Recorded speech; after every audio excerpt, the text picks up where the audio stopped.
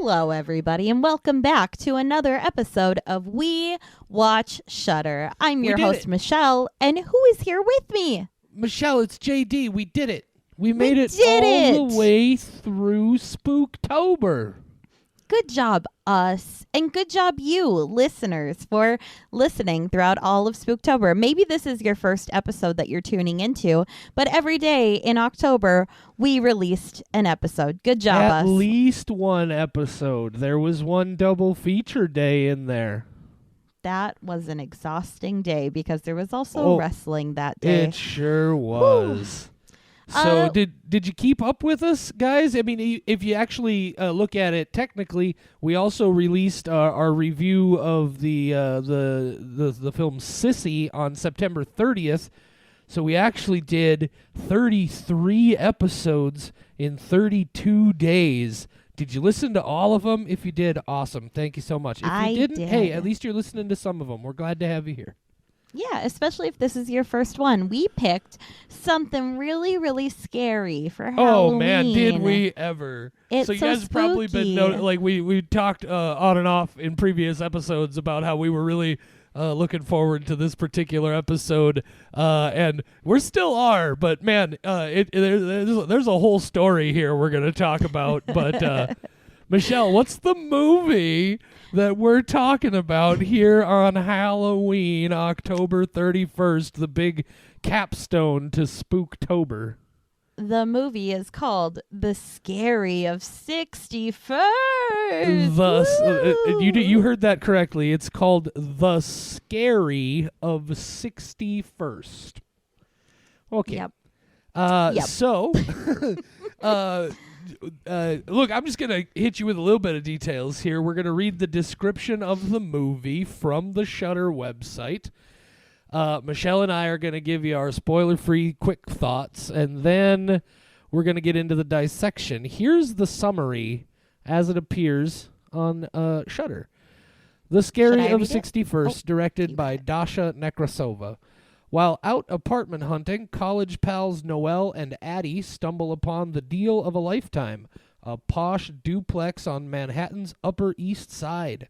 But soon after moving in, a more sinister picture of the apartment emerges when a mysterious woman arrives and claims the property used to belong to the infamous and recently deceased Jeffrey Epstein, a Shudder exclusive. Michelle. Yeah. Hit us with your spoiler-free thoughts on The Scary of 61st, one we've really been looking forward to talk about. Yeah, so this was interesting. You had told me how you felt about this movie, and I did not believe you that I would have as strong of a reaction as I did. Here is the thing. It is kind of a comedy horror. It never really attempts to be horrific. It does get into very horrific things that happen in reality, but it never tries to actually deliver those in a movie form. It just kind of talks about those things. It tries to be a comedy, and there were a few parts that made me go, ha, kind of. But for the most part, it's just one of those, like, the comedy is how edgy and shocking it is, and that's just not my form of comedy. Yeah. This was interesting. I have now had to watch it twice. It definitely is not my cup of tea. I will give it a quarter of a skull. A quarter skull from Michelle on The Scary of 61st. Oh, man. Well, I'll tell you what, guys. Here's my spoiler-free thoughts to go along with Michelle. Michelle, actually, before I go, if I am correct, I'm pretty sure a quarter skull is the lowest rating you have ever given a movie so far in the history of We Watch Shudder. Is that correct? Yes, I would like to say that there have definitely been somewhere I was probably too nice to that movie, and this movie has the unfortunate situation where at this point I'm feeling a little bit braver about disliking Oh, things. sure. Yeah.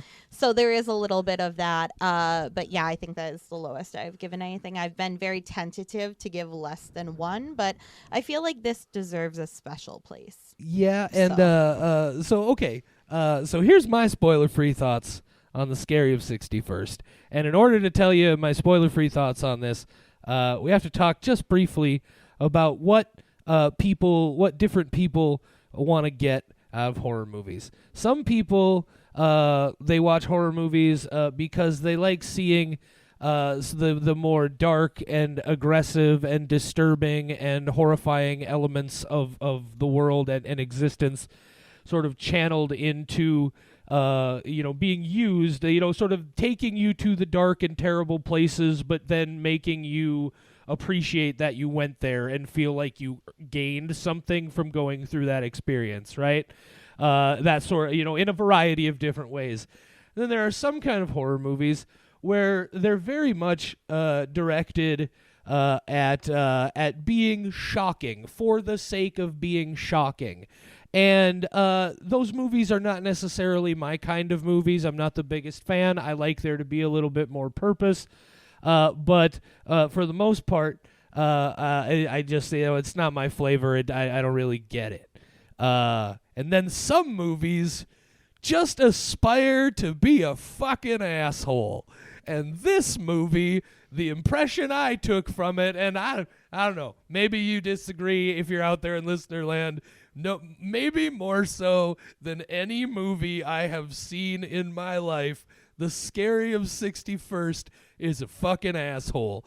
First time ever, 0 skulls. We'll talk about this one in detail in the spoilers section. This movie sucks. Okay.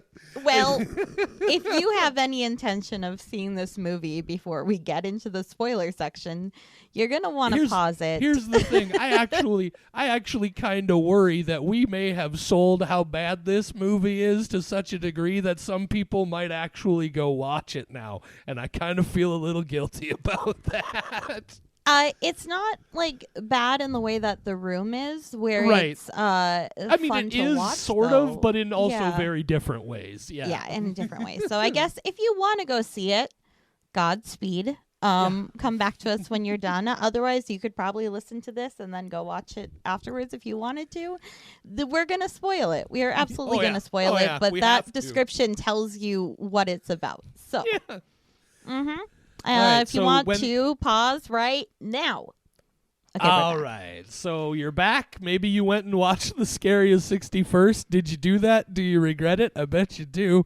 Michelle. If you like it, I have questions. Yes, but I have seen that people do like this movie. I really did not. Right. So a little bit of background on this episode. If you've been listening and paying attention to our Spooktober episodes, like I said, you know we've kind of dropped hints here and there that we were super excited to be doing this episode because we thought we were going to have some really interesting things to say. And we're definitely going to have some fun with this one. But here's the thing, guys.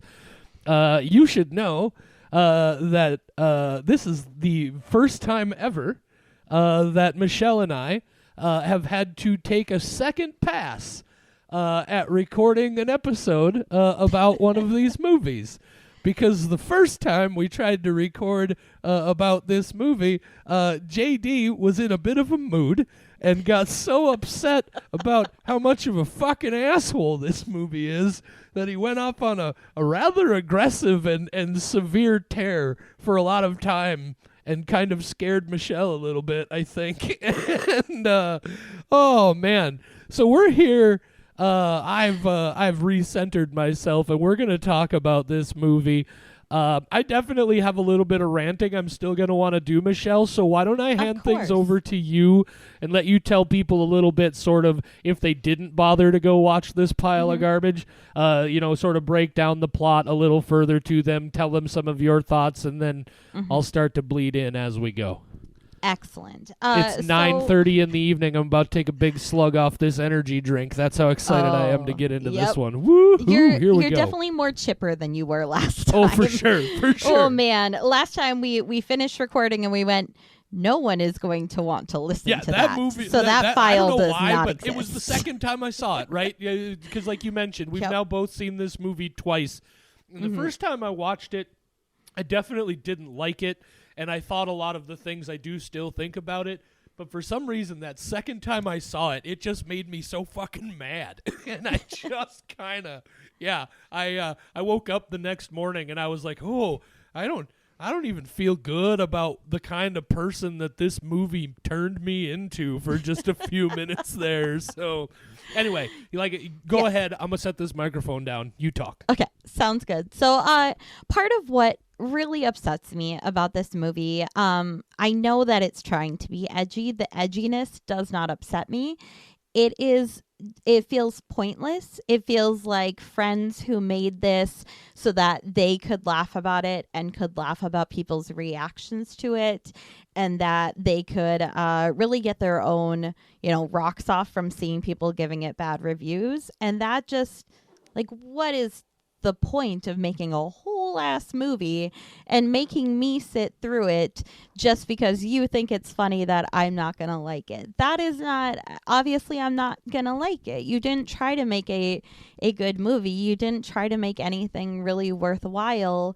Like I said, there were a couple parts that made me laugh, but it was definitely not a good horror film by any means. So if it was just for the sake of being edgy and getting your enjoyment, then you know what, more power to you, but people aren't going to like this movie, and I am one of them.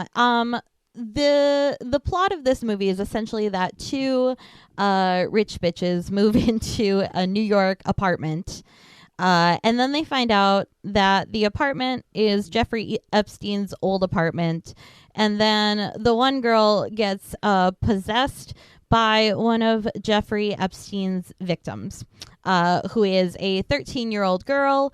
And then it just kind of devolves. So that is the plot of this, that she is now possessed by a 13-year-old girl. Here's my problem if I'm giving constructive criticism. I actually would have liked to see a Jeffrey Epstein possession horror movie. I'm not opposed to it. I am one of those people who likes edgy shit. I've seen a Serbian film twice. I've seen Irreversible multiple times. Ew. I have seen a lot of things at 100 or whatever, however many days in Sodom, too many. Like, I've seen all that, and I actively seek that out. Yes, and I watched Human Centipede too. Like, I am not above edginess at all. I wish that if they were going to make an edgy horror movie, just fucking go for it. Just go for it. Give me what I want. Instead, it's an adult woman who is possessed by a 13-year-old girl, but doing a baby voice. Just go the full 9 yards. Say she's 4. She's acting 4 anyway. Go the full 9 yards. Be extra edgy, live your best life. Go for it. But then my problem is that she is a prepubescent girl who is a Jeffrey Epstein sex victim, and she is into it. Yeah. What the fuck? That is where this breaks. Imagine how horrific it would be if you were suddenly possessed by a sex trafficking victim in general. That would be horrifying. Imagine that she was a woman who was actually obsessed with the UK, and there's that. She's plagued by visions. There's so many things. Like, the idea of what Jeffrey Epstein did and all the things encompassing that. And yeah, of course he didn't kill himself. Like, getting into that whole conspiracy for real. Give it to me. Give me that edgy bullshit.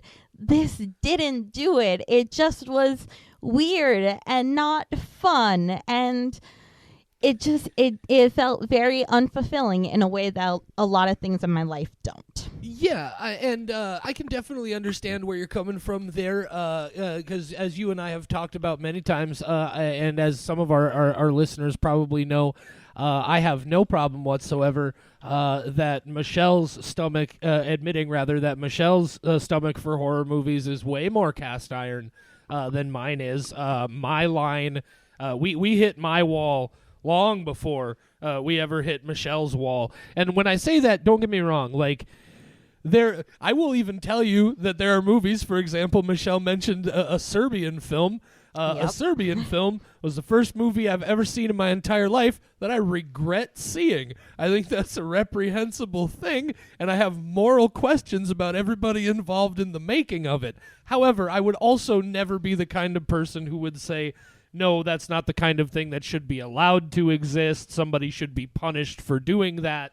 Like, it's an interesting line, right? The horror world is a world where we're playing in extremes and we're walking edges. And I think you do have to accept that sometimes when you walk those edges, you are going to go too far for some people. And like, to me, it like even in cases where a movie I think goes further than I was willing for it to, or I was willing to accept, like I can still believe or at least see what like they were trying to do and want the like we look back on a movie like The Room that we talked about earlier this year. Tommy Wiseau or the Shudder original? Yeah, which one? Tommy Wiseau or the Shudder original? Which one did we talk about earlier this year, Michelle? I included both of those in the Room conversation. You know That's why I'm asking. The one where they wish for a kid. Oh, spoiler alert on The Room if you haven't seen it. The one where they wish for a kid and then he grows up real fast and he fucks his own mom. You know the one, Michelle. Sounds like the Tommy Wiseau one. Oh, hi, Mark. That movie, I was just like that's the kind of extreme where it's just so extreme and so over the top where I was just like, okay, whatever. I can't take it seriously. And this movie kind of gets into that same area, right? Initially, my problem with some of the places it went was just like, oh, I get it. You're edgy. You're going to the real gross, disgusting place. Because that's what happens to me with a lot of that stuff. It's not like so repulsive that it makes me retch and turn away. It just turns me off, right? I'm just like, all right, okay, I get it. You're the super edgy guy. But the more I watched this, the more I was at least trying to see, are they trying to say something here? Like, do they at least believe there's like a bigger point? And in order to do that, I was trying to figure out what the bigger point might be. Because as you said, I don't want to get into the nuances of it, but I really, I mean, come on, is there a reasonably minded person in the world who doesn't at least think Jeffrey Epstein's death was a little suspicious, if not necessarily full-blown assassination, whatever, murder? I guess, yeah, there might be some people, but those people are nuts, right? And those people also are never gonna see this fucking movie. So, who are you? Who is that message for, right? And, who are you trying, and so it's about, sorry, I'm getting a little carried away here. Let me take a deep breath. No, you're still smiling. You're okay. Let me take Breathe. a deep breath. But, so, ultimately, and I get part of it, right? I've read some interviews because I really have tried to understand this movie, but the more I try to understand it, the more I keep coming to that conclusion, which is just this movie is a fucking asshole. And it's because ultimately of that thing you said, where this is a movie where somebody in France would be like, oh, it's a provocateur. This is literally this. Okay. This is absolutely. Yep. I wasn't either. I don't know where it came from. Okay. This is absolutely a movie that I feel you are absolutely right. I feel like this movie wanted people to react the way I reacted the first time we tried to record this episode. And I do feel bad admitting that I did react that way, right? But I feel like this is a movie, like you said, that was made specifically because they wanted to be amused by how upset some people got by this absurd fucking grotesquerie that they put together on this film. And to me, especially then when you tie that in with a real thing that happened, and, even though the only names of real people in here are the bad guys, I think some people often forget that that's still, like there's attachments there that are problematic, right? And it's just like, this is a movie that's just like, I'm just gonna walk into the room and show my dick to everybody, and I don't give a fuck who thinks it's bad or funny or not. I just like, it's just like, I don't want to meet that guy at a bar. I'm so sorry. Between that and your French character, we have a lot of character work going on tonight. I hope those aren't the same person. Yeah, this movie just like, if this movie was a person, they would be a person I would never, ever, ever want to interact with directly in any way, shape, or form. I would probably feel uncomfortable being in the same room that person was in. I like, and then ultimately, so it's like, and I started to think about it more in the story, right? And so these two ladies, the one whose name we never know, and the one Noelle from the roommates, they get all off on this conspiracy thing. And then at one point, the nameless one is trying to choke herself to death to prove that it's not possible, and she very literally almost fucking kills herself, and she only doesn't die because the other one cuts her loose, and then she's immediately like, see, totally couldn't happen. And then they're investigating all these other buildings, and they realize that the buildings' numbers on the street are all 5 numbers apart, like there's a 61 and a 66 and a 71, and literally the entire argument they formulate from that in support of as evidence of their grand plan is, oh, separated by 5, separated by 5. There's all increments of 5. There's 5 points in a pentagram. Don't you see? It's clearly a conspiracy. Like, what the fuck, man? So they're just these like prescription methamphetamine, Adderall-addled fucking like kind of bougie fucking rich kid, trust fund kid, whatever.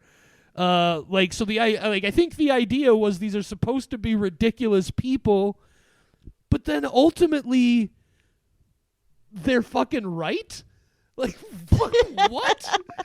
What, like the crazy fucking meth head kids who are just like formulating arguments that make no rational sense whatsoever? The point of your movie is they were fucking right? What the fuck? I don't know, Michelle. I just don't know. The only thing I can possibly conclude that makes any sense is exactly like you were saying. This movie just wanted to be a fucking asshole. And, okay, you succeeded in that sense. In the spectrum of succeeding at being a real fucking prick, the scariest 61st, 5 skulls. In the real world out here where all of us people live, 0 skulls. I think part of what upsets me so much for you, it's partially the content and the fact that they made it as a joke. Yeah, for JD's me, got it's a lot of problem with child molestation movies. Yeah, gee. I mean, again, look, I understand that's a thing that exists in the world, and some people are going to choose to venture into that. And I would never say you're not allowed to. I have some questions about people who do want to go into that. It's whatever. And this one just... Oh, it's so gross too. Like the way they did it, like you said, it's not. There's a lot of fluid. It's not really, it's not really like genuine, like discomfort, horrifying. It's like, ugh, gross. Like I wanted to scrub my skin on the inside when I was done watching this movie. It's just fucking, ugh, yeah. Yeah. So anyway, you obviously dislike the movie. I think part of what adds to my dislike of it is that instead of actually making this edgy film, they made this film that was to laugh at people who didn't like the content of it. Instead of just giving me a fucking edgy film that I am probably the perfect target market for. I want to watch the shit that nobody else wants to see. And I'm also a huge conspiracy theorist.